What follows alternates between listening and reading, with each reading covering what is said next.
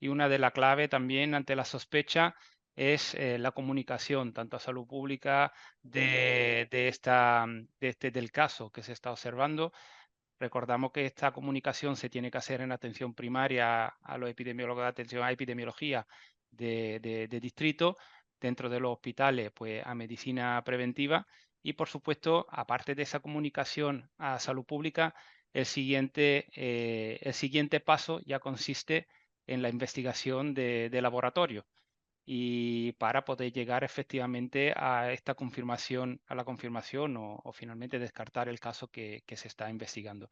Y para ello, pues contamos con Irene Pedrosa Corral, que es facultativa especialista de área de microbiología y parasitología del Laboratorio de Referencia del Hospital Universitario Virgen de la Nieve de Granada. Irene, adelante. Buenos días. Muchas gracias por invitarnos. Voy a empezar a compartir mi pantalla y desde el Laboratorio de Referencia de Virus de Andalucía pues queríamos presentar en qué consiste y cómo podemos optimizar el diagnóstico de laboratorio de estos casos de sarampión que ya hemos visto el diagnóstico clínico como solamente a modo de introducción, contaros que el virus del sarampión es un morbillivirus de la familia Paramyxoviridae. Es el único morbillivirus capaz de producir infección en humanos. Tiene una distribución universal y solamente conocemos o existe un serotipo. Y de ahí que tanto la infección como la vacuna nos proporcionen una inmunidad protectora de por vida. Como ya nos ha contado Virtudes, en 2016 la OMS certificó la eliminación del sarampión en España. No quiere decir que no circule el sarampión, sino que todos los casos son importados, relacionados con importaciones, no hay transmisión endémica y existen sistemas de vigilancia efectivos. Además, se supone que el sarampión es una enfermedad erradicable, entre otros motivos, porque hay pruebas de diagnóstico precisas y útiles disponibles. Ante un nuevo caso sospechoso de sarampión o un nuevo brote debido a esta capacidad de transmisión tan rápida y tan fácil del sarampión en la comunidad, el sistema de vigilancia incluye la investigación virológica de todos los casos sospechosos para demostrar que no existe esa transmisión endémica ahora mismo en España. ¿Qué objetivos tiene el estudio virológico? Pues en primer lugar, clasificar los casos, prestando especial atención a aquellos casos que se descartan y que realmente son descartables.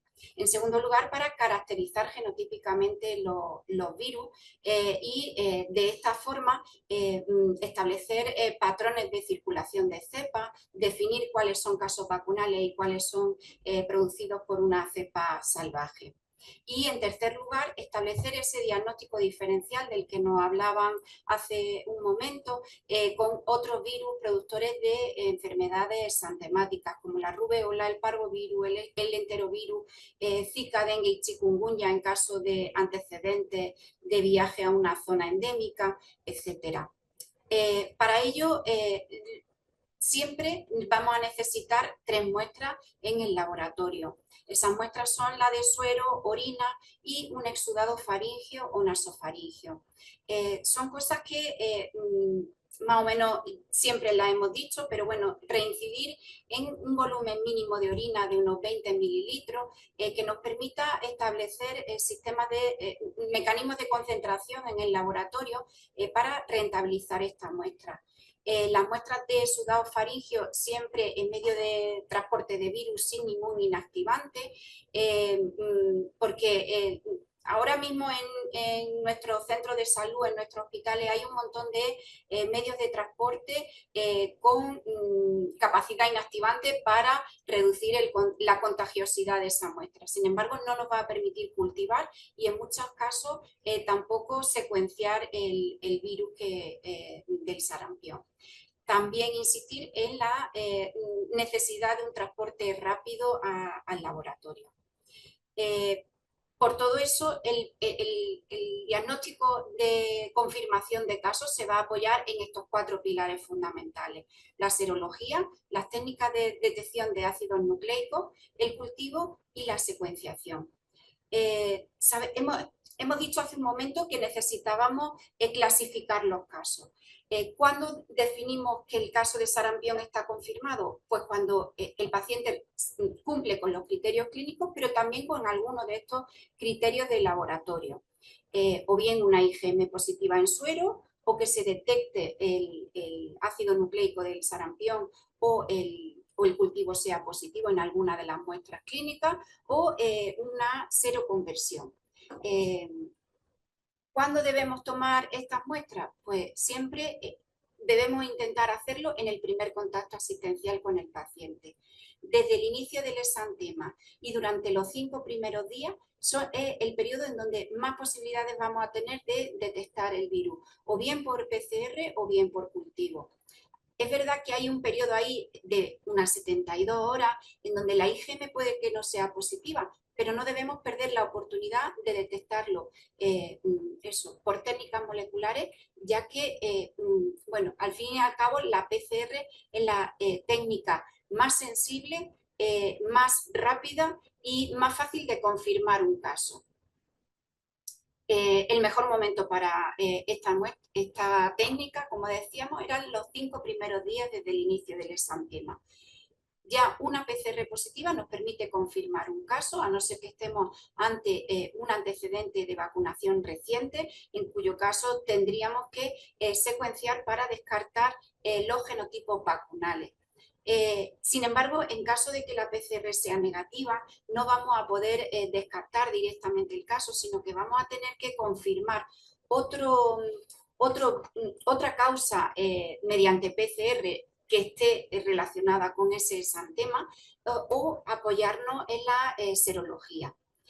Sabemos que la serología, cuando detectamos una IgM, va a ser indicativo de una infección reciente, pero no hay que olvidar las limitaciones que tiene, y es que en situaciones de baja incidencia, cuando no tengamos vínculo epidemiológico o cuando la sospecha clínica sea baja, va a tener muy bajo valor predictivo positivo. Tampoco va a tener tanto valor cuando haya habido un antecedente de vacunación reciente o en pacientes vacunados ya con 2 dosis de la vacuna, porque no van a desarrollar IgM o lo van a hacer en menor grado que después de la infección por sarampión. Por otra parte, el detectar una IgG en principio solamente nos indica una infección pasada en un momento totalmente indeterminado o una vacunación, pero puede haber casos en donde se produzca seroconversión y también vamos a poder diagnosticar un caso de sarampión, o las técnicas de avidez de los anticuerpos tipo IgG, que cuando sea baja también nos van a indicar una infección reciente primaria. Decir que cuando estamos ante una IgM positiva, como decíamos, sin un vínculo epidemiológico, con una IgG negativa, siempre vamos a tener que pedir un nuevo suero pasadas 2 o 3 semanas para ver si se produce seroconversión, y entonces vamos a confirmar el caso de sarampión. Pero si la IgM sigue negativa, o si no hay, se vuelve negativa o no se produce seroconversión de la IgG, también vamos a tener que descartar el caso. También decir aquí que pacientes con una IgG positiva, pues por una vacunación o sin antecedente conocido de vacunación, pero que tienen una IgG positiva, podemos hacer técnicas de avidez para poder confirmar casos cuando esa avidez sea baja. ¿Cuándo vamos a poder utilizar también la avidez como una buena medida en pacientes vacunados con 2 dosis? La avidez baja también nos va a confirmar casos de sarampión nuevo. Si como os decía antes, si hemos tomado la muestra de serología en los primeros 4 días desde el inicio del exantema, puede que sea negativa. Entonces vamos a volver a pedir ese segundo suero pasado 2-3 semanas para confirmar en caso de que ya se positivice la IgM o que se produzca la seroconversión de la IgG. Otro pilar en el cultivo, en el diagnóstico de sarampión, habíamos dicho que era el cultivo celular. El cultivo nos va a proporcionar mayor cantidad de material genético para poder secuenciar no solamente regiones concretas del genoma del sarampión, sino el genoma completo. Generalmente la línea celular que se utiliza o que utilizamos en nuestro laboratorio es la VeroSLAM. Es una línea celular continua que procede de riñón de mono verde africano. Estas células están modificadas genéticamente para que expresen mayor cantidad de receptores para el virus del sarampión.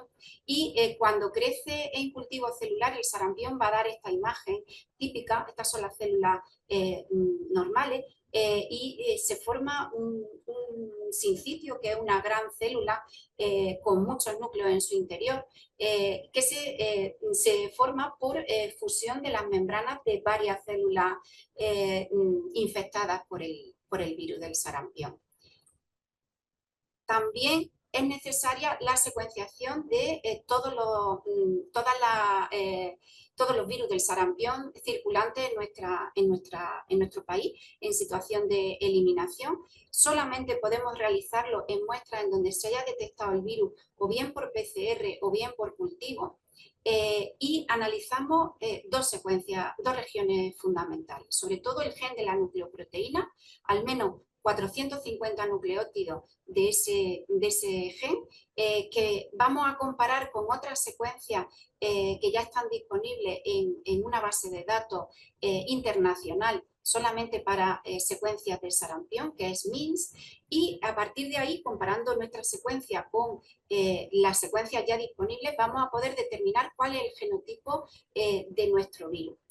Sabemos que se han definido 24 genotipos diferentes, pero desde 2018 solamente 4 están circulando en todo el mundo, sobre todo B3 y D8.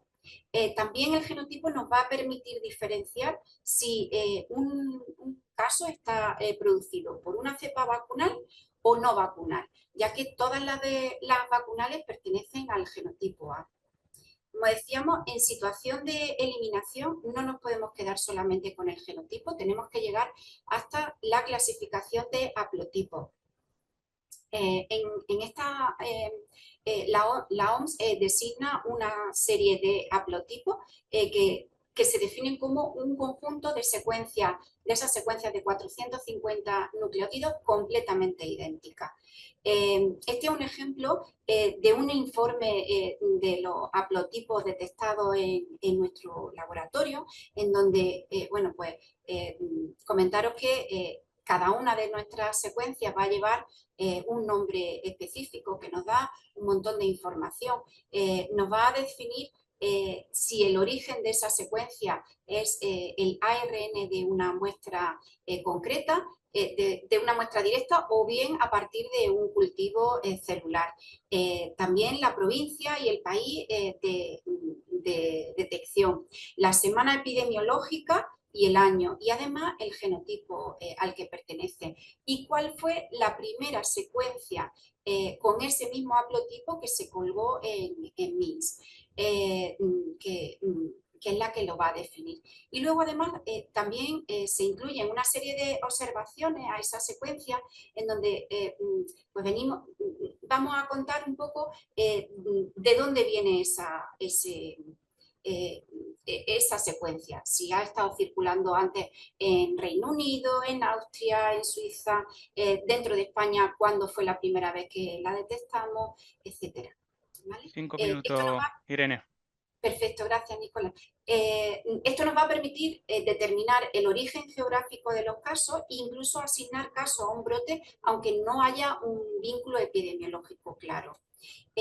Os pongo aquí el volante de centro de referencia de virus, por si lo necesitáis para enviarnos alguna muestra al laboratorio, nuestro horario, nuestro teléfono y dirección de contacto, y deciros que las muestras se pueden enviar todos los días de la semana. Muchas veces la rapidez con la que necesitamos los resultados se ve un poco truncada por esa imposibilidad o la creencia de que no podemos recibir las muestras o procesarlas lo antes posible. Los informes los vamos a enviar tanto al hospital de referencia como a la delegación como a la consejería.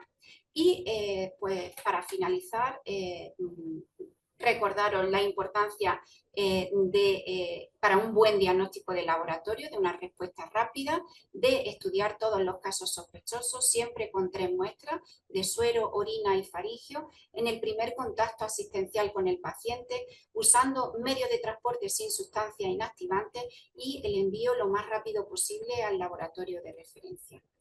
Y eso es todo. Dejo de compartir y... Muchas gracias,